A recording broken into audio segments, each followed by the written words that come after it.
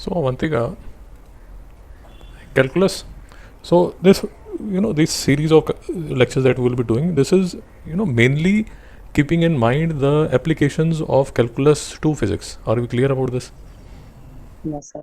So we'll be skipping a lot of stuff which usually the math student do, the non-medical students do, because our focus will be just, a basic understanding of calculus, so that we can solve the calculus problems which come in the physics chapters. So two types of symbols you will see in calculus. One would look something like this, dy by dx, and another would look something like this.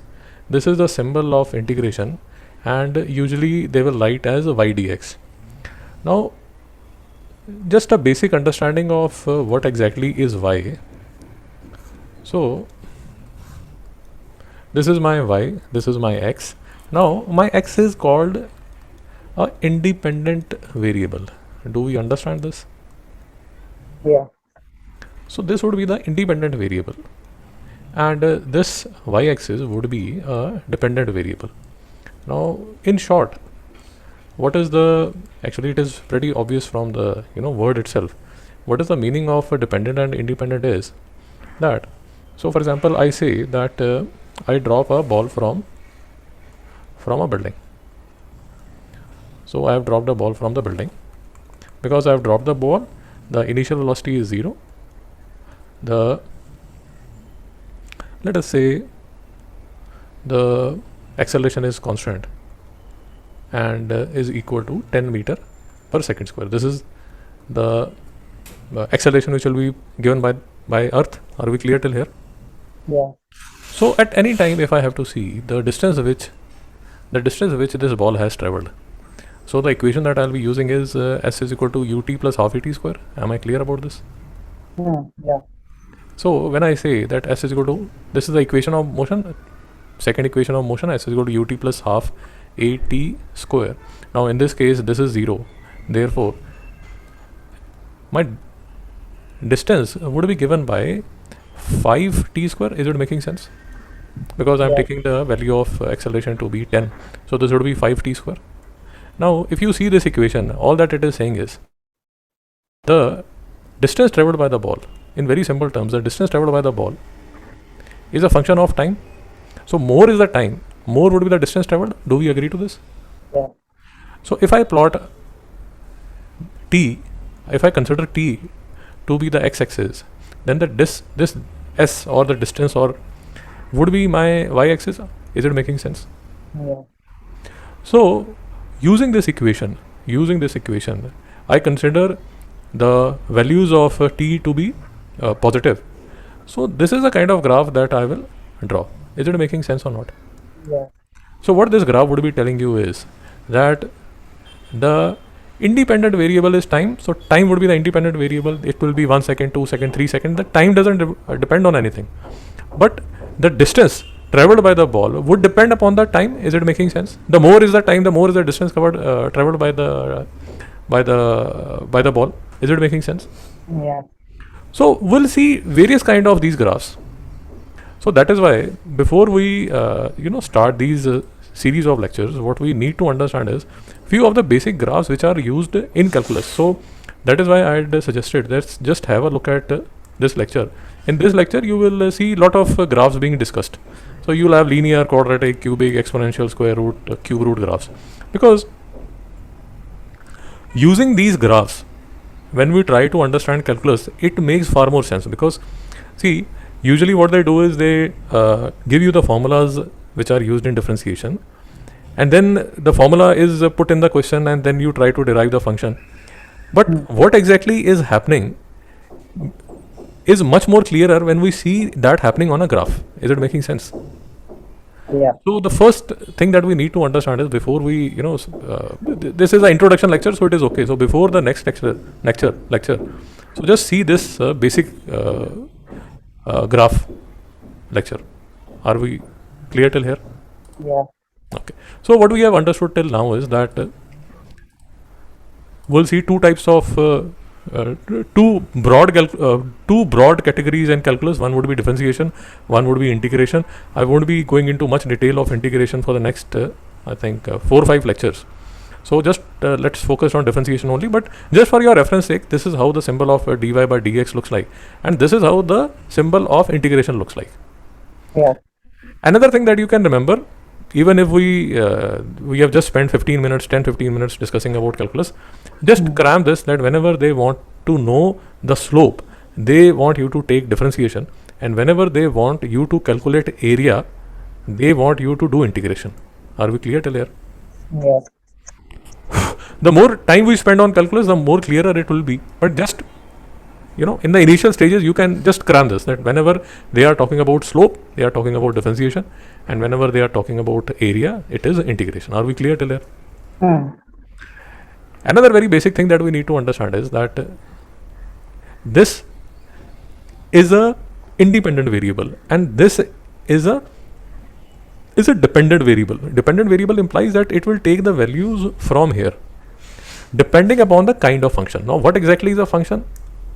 Again, it is something which we as physics students, as medical physics students, we shouldn't be much worried about. But all these things like y is equal to x square, or y is equal to x cube, or say y is equal to say 3x square plus 2x plus 5, y is equal to root x, y is equal to sin x. All these are functions. Have we understood till here?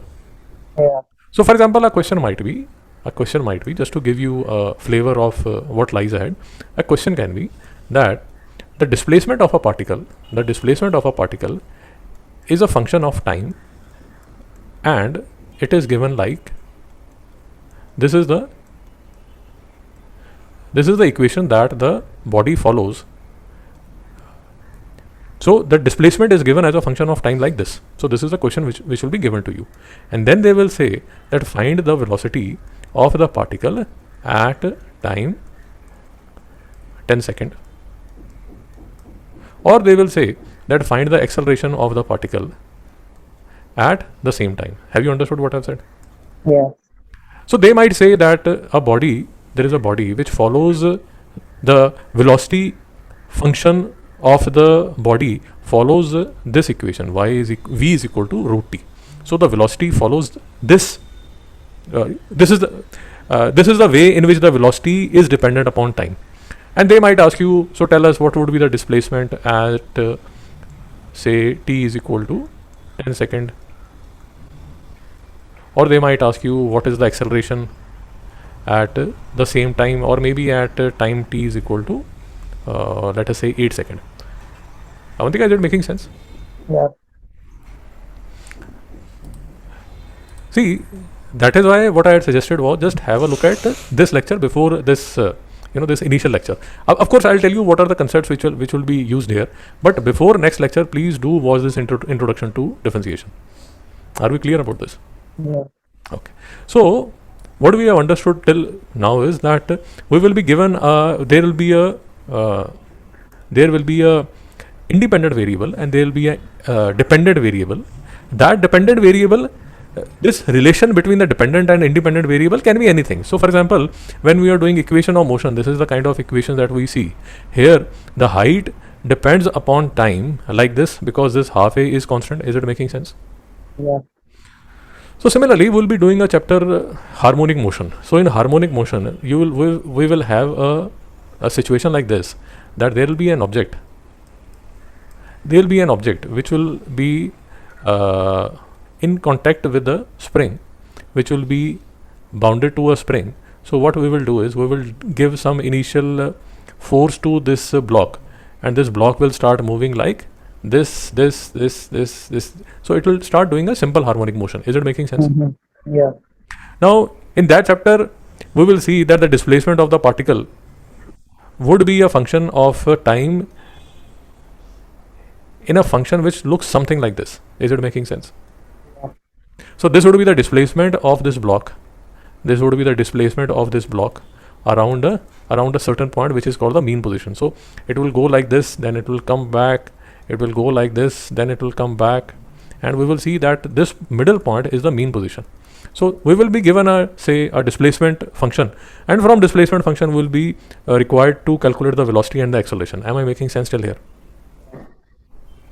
Then maybe when we go to electricity chapter, we will see a function where the flux is related to time, and they will ask us that what is the induced EMF, what is the current, etc. So basically what I'm trying to say is that why we need to understand calculus is because we will have lot of relations between two quantities, and when we have to derive values of certain quantities, we will be using these two tools from calculus. One is differentiation, other is integration. Are we clear till here? Yeah. Okay. Now the sequence that we will be following is for the next few lectures, the sequence that we will be following is that we will be doing few formulas of differentiation. For example, I'll show you a PDF today where I'll tell you that these are the formulas of differentiation which you will have to cram initially, and once you do some practice you will understand.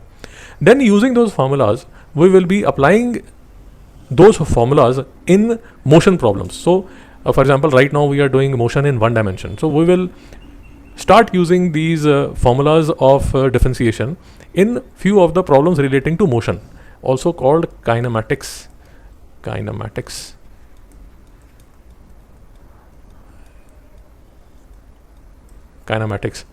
So this is what we'll be doing broadly. This is what we'll be doing for differentiation. Then we'll come to integration, and then we'll do the application of integration again for these two chapters mainly. One would be motion, the other would be work. Are we clear till here?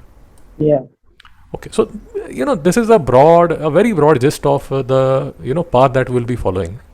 And again, what I'm specifying is please do watch first this lecture for graphs, and second you will have to see this introduction to differentiation. This is a very detailed lecture, and I'll just go through what are the contents of this lecture so that you understand that what am I talking about, and using these broad outlines I'll try to explain the concept of differentiation. Are we clear till here? Yeah. Okay, so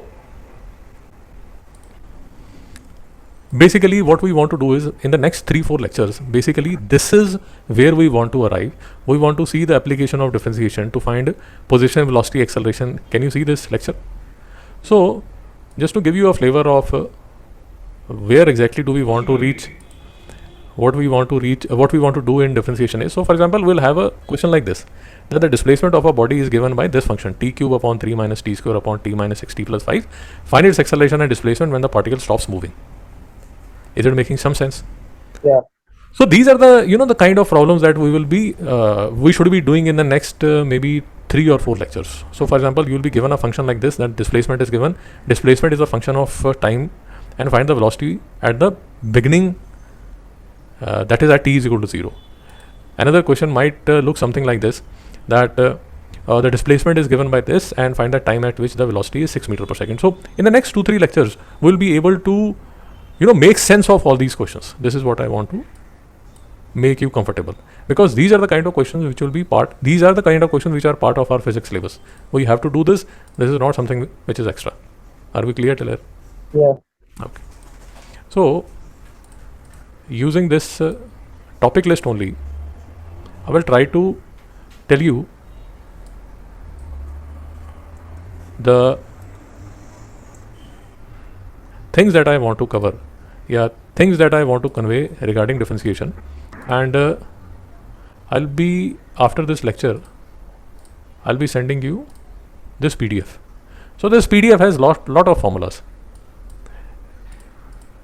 lot of practice questions. I will be discussing a certain formula. So for example, the pattern would be, I will tell you that if there is a function like s is equal to tn, then the differentiation of ds by dt is given by this formula.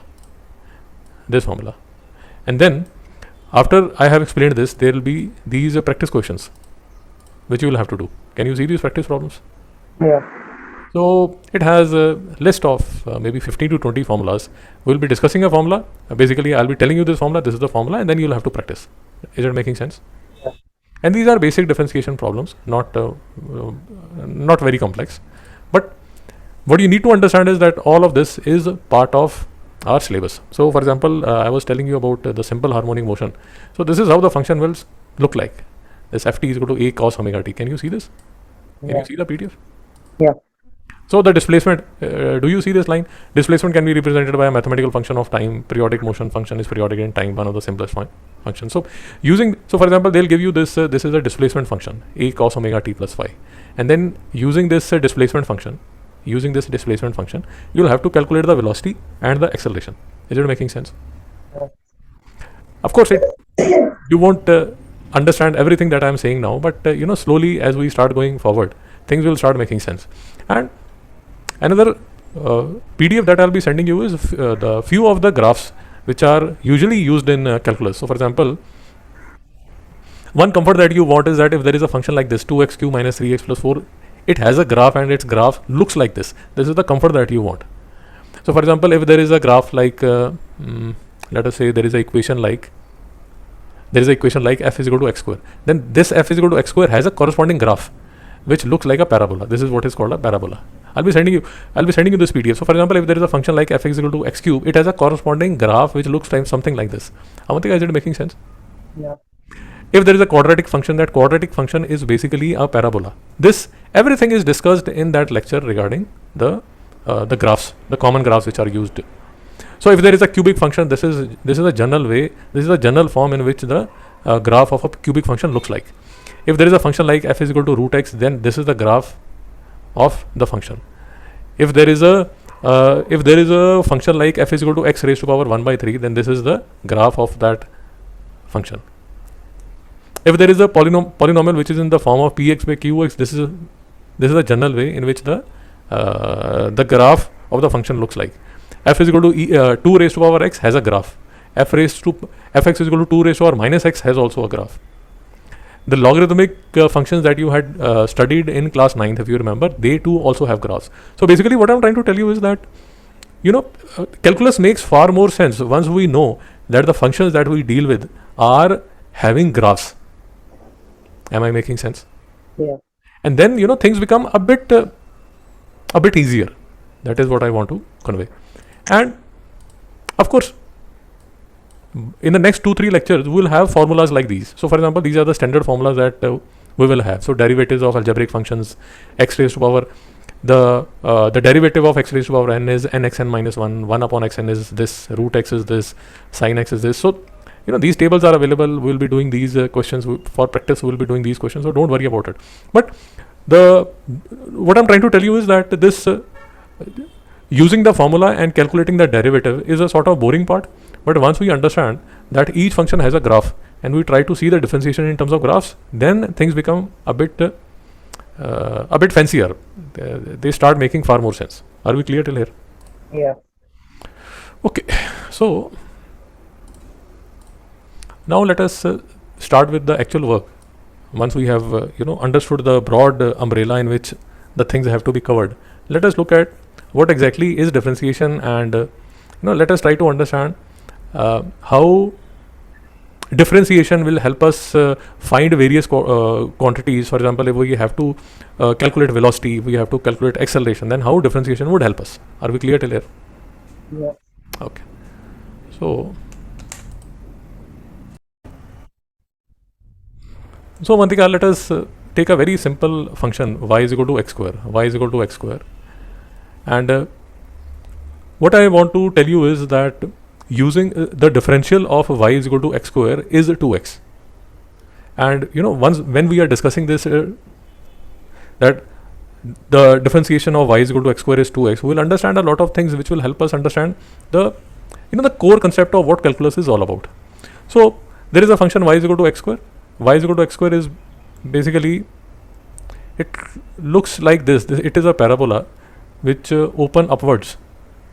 But right now what I am interested in only the positive values of x. So I am ignoring the negative values of x. So if you see here, I have just considered the positive values of x. I am not interested in the negative values of x. Is it making sense? Yeah. Okay. Now we have already seen that y is equal to x square has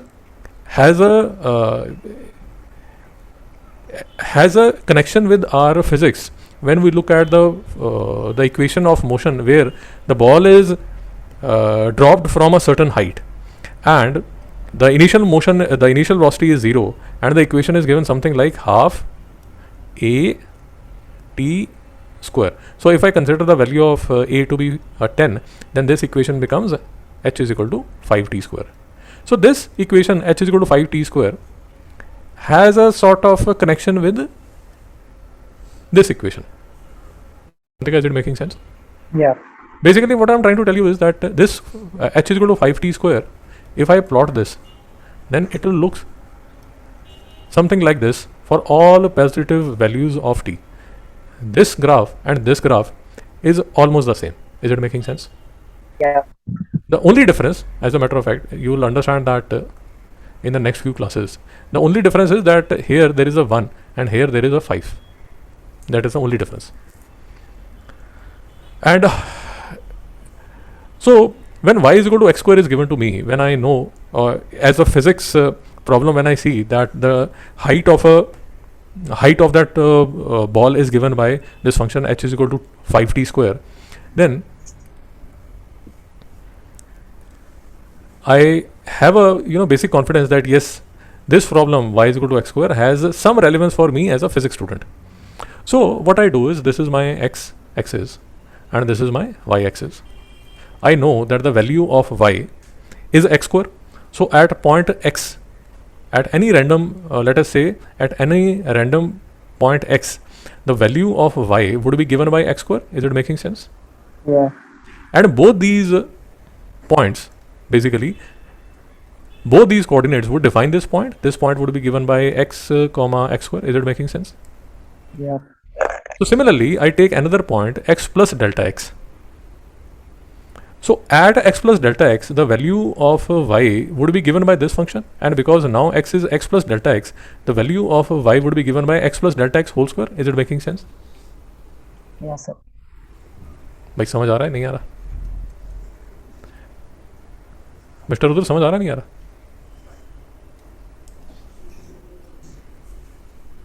mister Rudra, mister हाँ Rudra sir.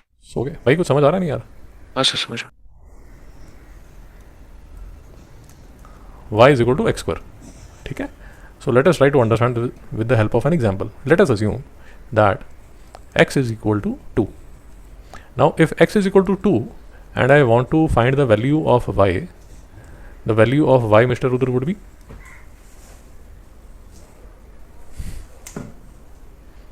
Avantika. If x is equal to 2, then the value of y would be Avantika. Are we clear or not? Yeah. So at any point x, so for example at x is equal to 2, if I want to find the value of y, all I need to do is just put this value of 2 here and I will get the value of y. Is it making sense? Yeah. Similarly, let us assume that x is equal to 5. Then Avantika, what would be the value of y? I'm sorry, x is equal to 5. I'm sorry. Yeah. So the value of y, 25. Great. If x is equal to 10, what would be the value of y? 100. Is it making sense? Yeah. Now all I'm trying to tell you is that if I consider this to be 2, then this point, Avantika, this value of y would be 4. If I consider this to be 5 and I place the value of y on the y-axis, this value of y would be, 25. if I put x is equal to 10 here, then the corresponding value that I will get on y-axis would be 100. Is it making sense? Yes, sir. And basically what I'm trying to tell you is that you can take any point on this graph and you can have a corresponding y values also. Yeah. The x and y corresponding values, all of them would lie on this graph. Are we clear till here or not? Yes, sir. Okay, so we are comfortable with this. Now let us come back to this. That if x is the abscissa, then the ordinate would be x square, and this point would be equal to x comma x square. Are we clear? Yes, sir. Is it making sense? Yeah. Now this might be another point, x plus delta x. Now what is delta x? Let's ignore it for a while. So for example, what I had said was that this was 2 and I had said this was 5. So I can write this 5 also as 2 plus 3. It doesn't matter much. Is Yeah. it making sense? Yeah. So when this is the value, then if I have to find the value of y, then what I'll do is I'll substitute the value here as x plus delta x, and whatever value I'll get would be this value of y. Are we clear till here? Yeah. Now is it making sense that this point would be x plus delta x comma x plus delta x whole square? Is it making sense now? Yeah. So we have 2 points on this graph. One is a point P and another is a point Q. Is it making sense? Yeah. Now I want to find the slope of this line PQ, of this triangle PQR. Let me call this PQR. Is it making sense? Yeah. Then the slope of line PQ is given by tan theta. I know this from class 10th. Any doubt about this? No. So this would be delta y. What is delta y? Delta y is this, and delta x is this. Are we clear till here?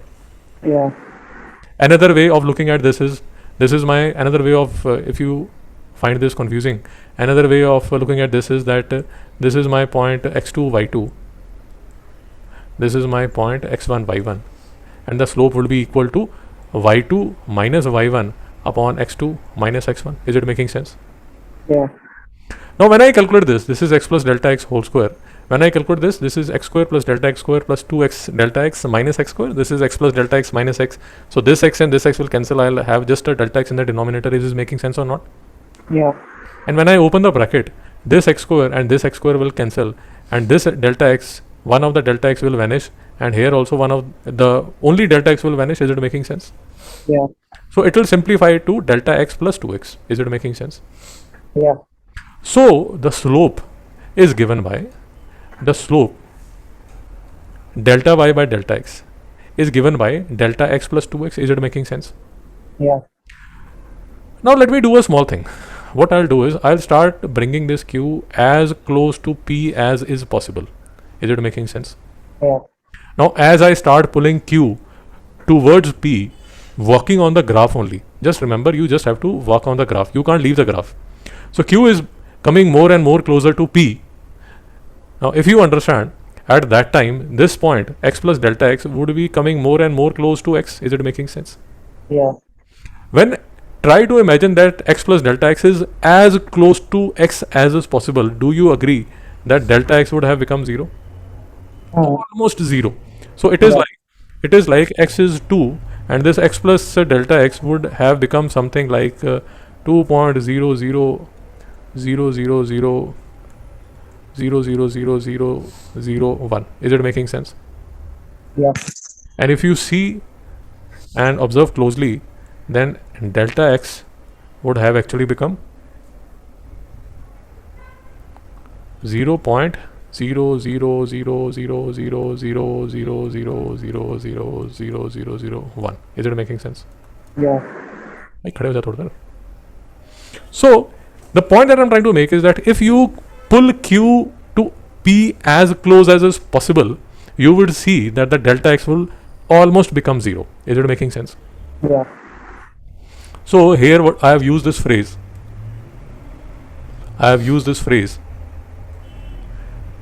Limit where delta x tends to 0. Is it making sense? Yeah. Delta y by delta x. Basically what I'm saying is that the slope as delta x becomes almost 0 can be given by 2x. Is it making sense? Yeah. And if you try to think a bit, when this q has come as close to p as is possible, this slope would be the slope of the curve at the point p, where p, the coordinates of p are, the abscissa of p is x. Is it making sense? Yeah. So the point that I'm trying to make is that if I have to find the slope of a curve at any point, the curve being y is equal to x square, the formula that I can use is 2x. It is as simple as that. So basically what I'm trying to tell you guys is that for this curve y is equal to x square, if I have to find the slope at this point, the slope would be given by twice of 2. That is it. If I want to find the slope at a point x is equal to 5, the slope would be given by 2 into 5. If I have to find the slope at point x is equal to 10, the slope would be 2 into 10. Is it making sense or not? Yeah.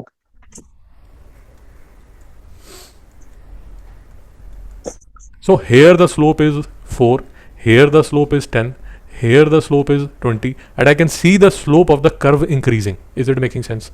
Yeah. So Avantika, this is basically the gist of what differentiation is about. Differentiation helps us to find the slope of the curve at any point that I want. Is it making sense? Yeah. Let me take more example. So for example, if I am given a curve like y is equal to x cube, now y is equal to x cube would have its own graph, and that is why I was trying to tell you that the more graphs we understand, the more it starts making sense. So y is equal to x cube would have a graph which looks something like this. Yeah. Now I want to know the slope of the curve at x is equal to 2. Now what I am trying to tell you is that using calculus, using the formulas of functions, using the standard formulas of functions, we can find the slope of a function of a curve at any point. So for example, here is a formula which is telling me that if there is a function like s is equal to 2 raised to power n, the slope ds by dt is given by n 2n minus 1. So if I am given a function like this, the slope at any point of this curve would be given by 3t square. Is it making sense or not? Yeah. So let me come back. I have understood that the slope, if this is the function t cube, the slope at any point of this function would be given by 3t square, which implies that if this is the point, x is equal to 2 is the point where I have to find the slope, I know that dy by dx. What is dy by dx? dy by dx is basically the slope function. This function will give me the slope of the curve at any point that I want. Is it making sense?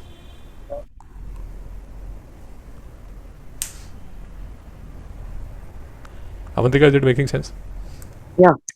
So for example, if I want, I know that the slope function of this curve is given by 3x square.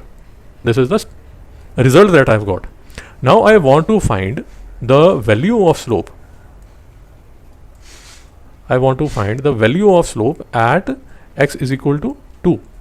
Then all I need to do is just put the value of x as 2, and I will have the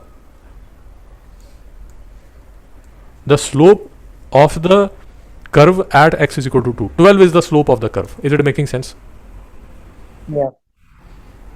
Now you might be thinking that, still you haven't understood why does it make sense to you? What difference does it make? This makes in your life. Now let me tell you how this affects your life, how this affects your physics life. So there is a particle which is undergoing motion, and it follows a relation that the displacement is given by t cube. Is it making sense? Yeah. Now you want to find the velocity of the particle at t is equal to 2. Is it making sense? Yeah. You are given the displacement. The displacement is a function of time using this relationship. Now somebody comes to you, and why would he come to you and ask you velocity? Let us assume that your teacher asks that for this particle, what would be the velocity of this particle at time is equal to 2. Now, the power that calculus gives us is that using calculus, what I know is that the velocity is the slope of a displacement time curve. This is the definition of velocity, ds by dt. Now, I know that ds by dt would be given like this, that this would be equal to 3t square. So, velocity at time t would be 3 into 2 square, that is 12 meter per second. Is it making sense? Avantika, Yeah. is it making sense? Similarly, your teacher might be asking that, see, a common person won't ask, but your teacher will ask. So, the teacher asks that what is the acceleration of the particle at time is equal to 5 seconds. Now, again, acceleration is given by dv by dt. So, dv by dt, what I know is that the velocity function is given by 3t square. Is it making sense? Yeah. So, if I am able to find the differential of this 3t square, if I am able to find the differential of this, then I will have the acceleration at any time t. So, my problem becomes that how do I find the differential of this function 3t square? And again, I look at my standard table, that how do you find the differential of functions which look something like this. S is equal to ATN, where A is a constant. Avantika, is it making sense? Yeah. So, the formula of S is equal to A raised to power Tn. The formula. So, if there is a function like S is equal to ATN, then the information that I have is that ds by dt would be given by, let us look at the formula. The formula says that if S is equal to a t raised to power n, then ds by dt would be given by a n tn minus 1. A n t raised to power n minus 1. How does it make our life easier? It makes our life easier because if I have to find the differential of this dv by dt, what I have to use is, I will write a first. What is a? A is 3 multiplied by n. What is my n? This is my n. N in this case is 2. What is n minus 1? T raised to power n minus 1. 2 minus 1 is 1. So this would be 60. So dv by dt is given by 60, and at t is equal to 5, 6 into 5 is 30 meter per second square. Avantika, is it making sense? Yeah. Now, one thing that you'll have to see these lectures again, these two lectures again that we have discussed today, because once you review these lectures again, see, today you would have understood 20 to 30%. Again, when you review these lectures, you'll at least cross that 50% mark कि हाँ यार आधे से ज़्यादा तो मुझे समझ आना शुरू हो गया. And then we'll do some practice, and in the next 3-4 lectures, things will start making sense to you. So the problem, let us try to see a fundamental problem. The problem is that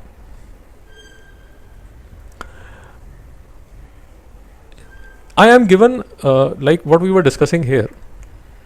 I'll tell you the basic problem that we are facing. The basic problem that we are facing is that 1 second. Yeah, let me try to show you.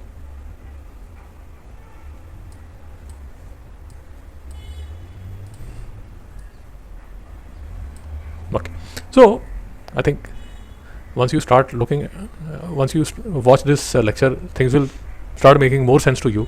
So the problem that we face is, when there are curves like these, when there are straight line curves. Now, for straight line curves, finding the slope is very easy, because all I have to do is, this is what we did in class 10th. these are the 2 point, and the slope anywhere on this curve, the slope anywhere on this curve would be given by y2 minus y1 upon x2 minus x1. Do we agree to this? The problem arises when we have, you know, random shapes like these, which are not straight line curves. Is it making sense? Avantika, is it making sense? Yeah. Once I have, you know, I start having functions like these. So for example, maybe this is a function like y is equal to x square. This is a function like y is equal to x cube. This is a function like y is equal to sine x. The problem arises that, so for example, there is a curve like y is equal to sine x. Now imagine that for y is equal to sine x, you have to find the slope of the curve at this point, or you have to find the slope of the curve at this point. The problem is because it is not a linear curve like this. So I can't take just 2 points and, you know, use this formula that I used to do in class 10th. Is it making some sense? Yeah. Let me show you the problem. The problem is, let me assume that I have to find the tangent at this point, the slope at this point. So the slope would look something like, look something like this. This is how the slope would look like. The problem that I face is because this is not a straight line. This is a curved line. This is a curved line, and because it is a curved line, if I want the exact value of the slope, then unless and until I use differentiation, I won't be able to find the slope. Is it making sense? Yes. So the point is that if I have a straight line like this, for a straight line I can use the formula which was given to me in class 10th, y2 minus y1 upon x2 minus x1. This formula can be used at any point on the line, because the slope of the curve at all the points of the curve is the same, on the line is the same. But then I have something like y is equal to sine x, where this is how the curve is changing. Now if I want to use if I want to find the exact value of the slope at a certain point, it is not possible for me to use the formula of y2 minus y1 upon x2 minus x1, and that is why differentiation comes into play. Is it making sense? Yes. So for example, when you look at this lecture, what you will understand is the concept that we started with, that differentiation as a slope of curve. Then you will understand, using calculus, the difference between the average and the instantaneous velocity, and you will understand that basically the same example would be taken of y is equal to x square. Let me draw it like this. So here you will understand that what is the difference between average and instantaneous velocity from the point of view of calculus. And then there is a discussion of sort of breaking every curve into infinite parts, and then the tangent at any part of the curve is equal to the slope at that specific part of the curve. Then the definition of dy by dx, then this example that of sin x that we have taken, how to find what is the formula that calculus gives us, so that we can find the slope of curve at any point of sin x. Then we'll see our the physical quantities that we usually use in motion, displacement, velocity, acceleration. I've also taken an example of this induced current. So we will see again these examples of root x and x cube being covered, and then there is a small discussion on integration. So what I'll suggest is that before we start doing this PDF formula based calculus, what I'll suggest is just go through the 2 lectures, and if you have covered the 2 lectures by tomorrow, then we'll start doing this PDF. This PDF is formula based, so there'll be a formula here, and then we'll be doing questions. There's a formula, and then we'll be doing the questions. Is it making sense, Avantika? Yes, sir. Mister Rudra, कुछ समझ आया? तो भाई जो calculus है वो start हो गई है. अब आपको थोड़ा सा हिम्मत करके ये 2 ध्यान से देखिए लेक्चर्स. ताकि कल जब हम शुरू करें तो आपको काफ़ी आपके फंडे क्लियर हो. बात समझ में आई? अच्छा, तो कल मिलते हैं 4 बजे. जैसे one thing at 4 tomorrow. Yes, sir. So tomorrow we'll be focusing only on the formulas and numericals. No further Yeah. gyan would be given for calculus. Yeah. Okay. Let's meet tomorrow. Yeah, sir.